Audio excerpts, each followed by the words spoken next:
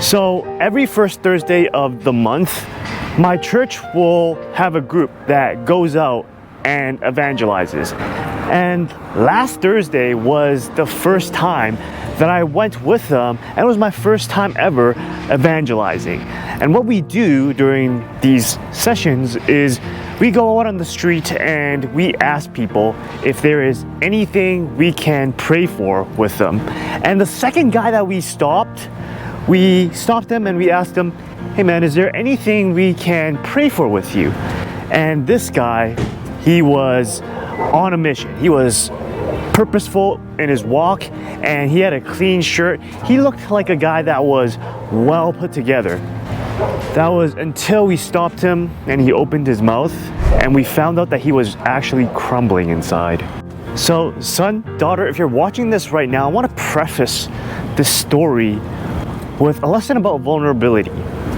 The thing is, you can't be vulnerable with just everyone. I found throughout my life so far that you can really only be vulnerable with some people. Some people can help you when you're going through a hard time, but most people, they can't. They haven't done enough work on themselves or cleaned the skeletons in the closet to be able to be at a point where they can help you. And this includes Christians. You would think that people who call themselves Christians are very great people that can help you with a lot of your personal or spiritual problems. And the fact is, I think that a lot of Christians just simply can't. I mean, there are some Christians that can definitely, they have done the work, they are following the word of the scriptures, and they can really help you when you're going through a hard time with kindness and prayers. But I feel that most Christians just call themselves Christians for the title. They're not actually following the word or following Jesus or following God. And those people, you would have to be selective with them. You can't go to them with all your problems because, truth be told, they just can't help you. So the area that we visited was the Lower Greenville neighborhood in Dallas, Texas. Now this place is beautiful. If you ever visit Texas or Dallas, Texas, make sure to go down to that area because it's full of restaurants, bars, and at night it's very vibrant. So it's definitely a place you want to check out.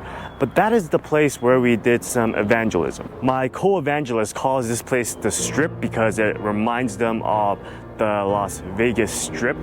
But Jay, the guy that I mentioned earlier who was crumbling inside, was walking down the Strip. And Juan and I, my friend, my co-evangelist, was walking down the street looking for people to pray for. We were both kind of nervous. He did this a couple times where he was putting on this brave front just to show me the ways. So he literally went out there because Jay was moving so fast. He put his hand out like a traffic police to stop him in the middle of his tracks. So Juan comes out and say, "Hey man, we're just here on the Strip trying to find some people to pray for. Is there anything that we can pray for with you?" And Jay was saying, "Yeah, I can really use some prayers on finding the courage to lean on the Lord with." And he was kind of skeptical with us because he just said that and he was already gearing ready to go. But before we let him leave, because he was already trying to run before we even prayed for him, Juan stopped him and asked, "All right, what specifically do you need courage for so that we can be more specific with our prayers?" And that is when Jay just stood there wide-eyed. He took a big sigh and he told us that he was in the middle of the divorce process with his wife right now. So we just responded with compassion and encouragement, and for him to just lean on the Lord because he was raised as a Catholic, but I think like with many Catholics, he kind of fell away from God as he went through life.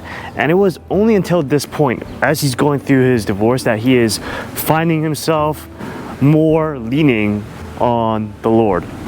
And throughout most of it, we just stayed silent. We just stood there as he poured his heart out. We just let him talk and acknowledged his pain. And I think that's one of the toughest things for guys to do, to just open up. And son, this is especially a lesson for you when you experience the same thing, because I do know that you will experience heartbreak, because we all do. And when you experience heartbreak, I hope that you will not go to the friends who will take you to go drinking, partying, strip clubs, or drugs, because there are people that use those vices as solutions, right? They go through heartbreak, experience a lot of pain, and they just numb themselves. I know plenty of guys that do that. And then there are guys that will stand there, let you pour out, acknowledge your pain, and they will pray with you. And then there's a third group of guys that does different things, and they will give you resources and direction of what you need to do, like books, podcasts, things you need to do next in order to help you get better.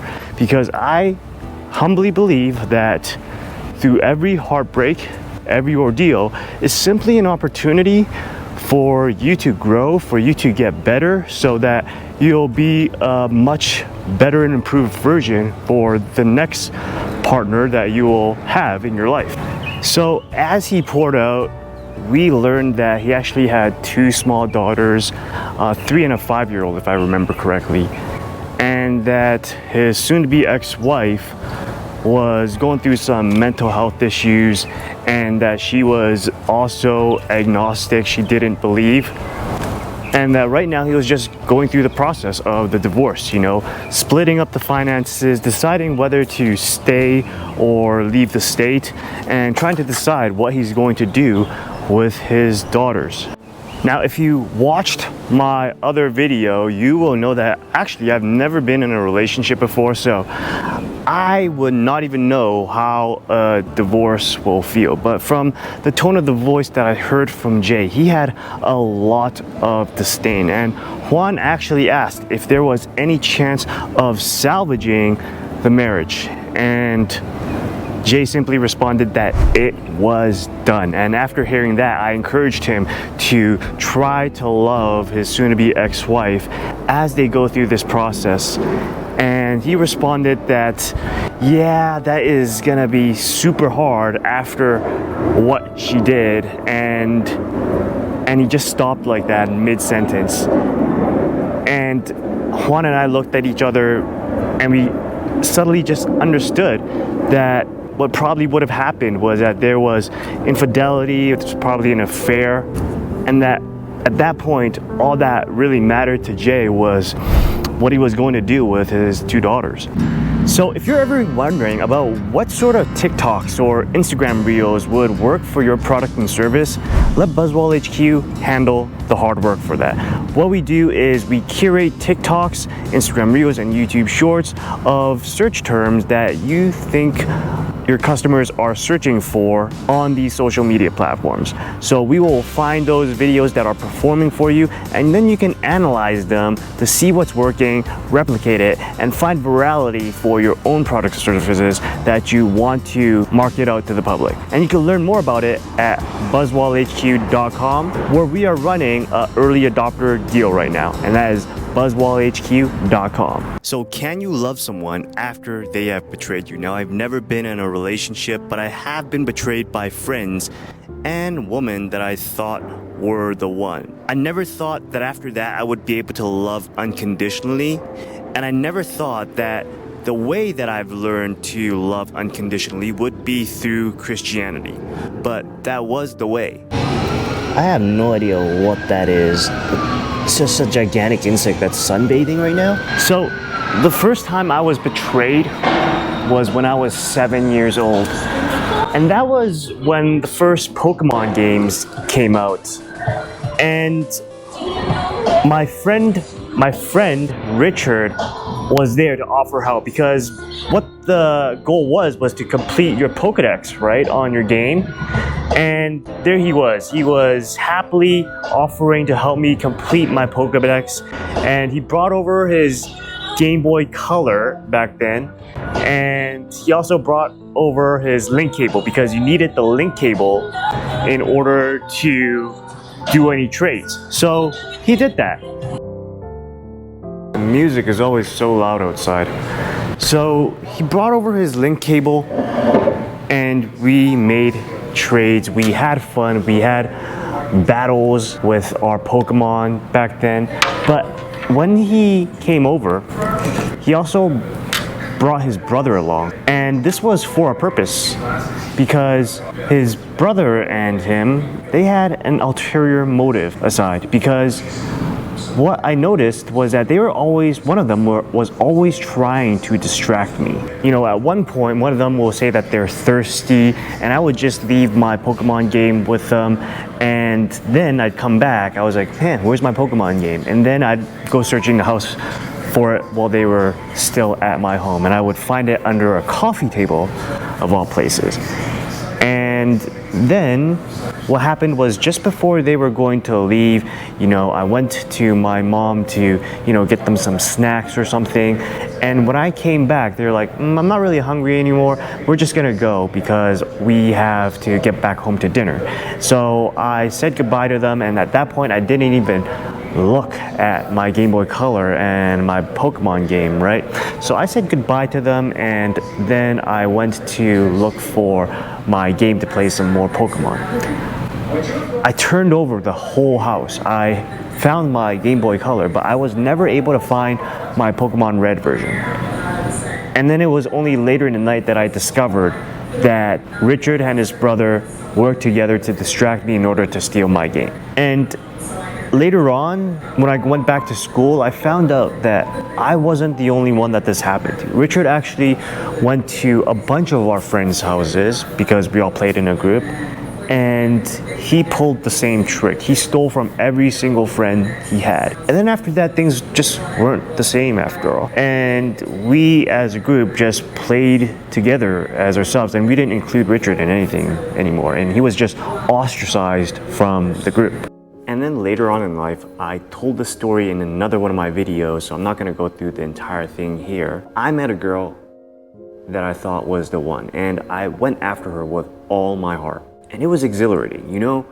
Those people that are hot and cold, when you go out together, you feel like you're on cloud 9, but when you're apart, you can't help but keep thinking about them. And it was exactly like that for me. And then one day, they tell you that they can't see you anymore because they found a boyfriend and they're committed to them. And you have thought you did everything right. You made your feelings known, and you think that all they've done until now was they were just stringing you along. And that is what happened in my own life. So there are two medications you can take. One medication is what I call the blue easy pill. The blue easy pill is to hate them for what they did to you. The second pill is the hard red pill, and the hard red pill is to love them regardless of what they did to you. Now, when I experienced my betrayals, I took the blue pill, I took the easy pill, and that's the exact same pill that Jay is taking right now. Because when we get betrayed, we have to deal with our ego and our pride that we were dumb enough to actually believe them enough that they had the chance to betray us. So I call the blue pill the easy pill because it's a pill that makes you hate, but it also keeps you as a toxic person that stays toxic. And I took this pill for the longest time without realizing it. It made me a very distrusting person, and despite people saying that it's stupid to wear your heart on a sleeve, I think there's a lot of strength to it because it allows you to trust. And taking the blue pill prevented me from that. What it did instead was it actually made me categorize women as beings that betray easily. And when you're that type of person, all you're gonna attract as a distrustful person are other distrustful and broke people. And if you're looking for a relationship, you're never gonna find a healthy relationship by going that path. You know, it's super fascinating that all of the solutions to our modern problems were solved 2,000 plus years ago. But I say to you, love your enemies and pray for those who persecute you. Matthew 5:44. Father, forgive them, for they know not what they do. Luke 23:34. So for me, when I came to know and learn about Jesus and how he was able to love the people who betrayed him, who killed him, that actually caused a shift in me. And it really taught me how to love and how to trust regardless of being betrayed. And you know what? That actually causes a shift in you. Surprisingly enough, and you won't even notice this at first, but the aura that you exude will start to change and people will start to notice something about you. They start becoming more attracted to you. They want to be around you more. And I'm talking about the good people, not the toxic people. And then you start going on dates with people that are better than the people you've dated in the past. And then you wonder, why didn't I start learning about all of this sooner? So I think that after that is when you actually become thankful for all the people who betrayed you knowingly or unknowingly. And you start to wish them well. You start to wish that they had a great and happy life that they're living right now. But truth be told, I really think that most people do not actually escape the toxic trap. And they actually stay in it for the rest of their lives, which is super unfortunate. And Jay is caught in that toxic trap right now, and I pray that he gets out of it, because I know that for myself, I barely escaped it myself. What I see is that in every major nation, how people date now is with apps, right? And apps give you more options, but it also increases the chances of affairs and infidelity. And when that happens, you know, people become jaded and people start to get scared. They start to fear loving. They start to fear trusting. And I think that with the decline of religion and understanding of the lessons that Jesus has taught us, that altogether are the right number of ingredients to form a mixture for an impending disaster. But I really hope that this video changes that, because I feel that there's a lot of people out there that are putting on a brave face, but in reality, they are breaking inside. And we can help each other just by saying, is there anything we can pray for you about? In fact, let me get this started. Is there anything I can pray for you about? Let me know in the comments below or DM me on Twitter.